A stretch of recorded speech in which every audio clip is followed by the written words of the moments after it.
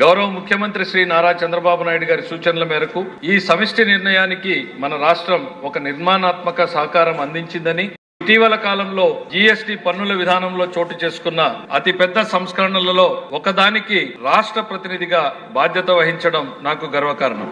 గౌరవ ప్రధానమంత్రి శ్రీ నరేంద్ర మోడీ గారు 2025 ఆగస్టు 15న 79వ స్వాతంత్ర దినోత్సవం సందర్భంగా ఎర్రకోట నుండి చేసిన జీఎస్టీ 2 సంస్కరణలు చారిత్రాత్మక ప్రకటన దేశ ప్రగతికి బాటలు వేస్తుంది. ఈ సంస్కరణలను ముందుండి నడిపిన గౌరవ కేంద్ర ఆర్థిక శాఖ మంత్రి శ్రీమతి నిర్మలా సీతారామన్ గారి కృషి ప్రత్యేకంగా అభినందనీయం. జీఎస్టీ మండలి 56వ సమావేశంలో వాటిని ఆమోదించింది. గౌరవ ముఖ్యమంత్రి శ్రీ నారా చంద్రబాబు నాయుడు గారు రాష్ట్ర ఆదాయాలకు నష్టం కలుగుతున్న సామాన్యుల ప్రయోజనాల కోసం ఈ విధానాన్ని బలంగా సమర్థించారు.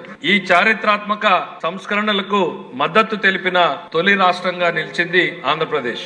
జీఎస్టీ పన్నుల విధానాన్ని సులభతరం చేయడం ద్వారా సాధారణ ప్రజలకు ప్రత్యక్ష లాభాన్ని చేకూర్చి వ్యాపారులపై పన్నుల భారాన్ని తగ్గించి పన్ను వ్యవస్థలో పారదర్శకతను పెంచుతుంది. ఈ చారిత్రాత్మక సంస్కరణలు పన్నుల విధానాన్ని సులభతరం చేసి వ్యాపార పరిశ్రమల అభివృద్ధికి సహకరిస్తుంది. ప్రజల పొదుపును పెంచి కొనుగోలు శక్తిని పెంచడానికి, కొత్త పెట్టుబడులను ఆకర్షించి దేశాన్ని స్థిరమైన వృద్ధి మార్గంలో నిలపడానికి దోహదపడుతుంది. జీఎస్టీ రేట్ల సరళీకరణ ద్వారా ప్రజలు అధికంగా వినియోగించే వస్తువులు, సేవలకు డిమాండ్ పెంచి ఉత్పత్తిని విస్తరించి కొత్త పెట్టుబడులను ప్రోత్సహిస్తుంది.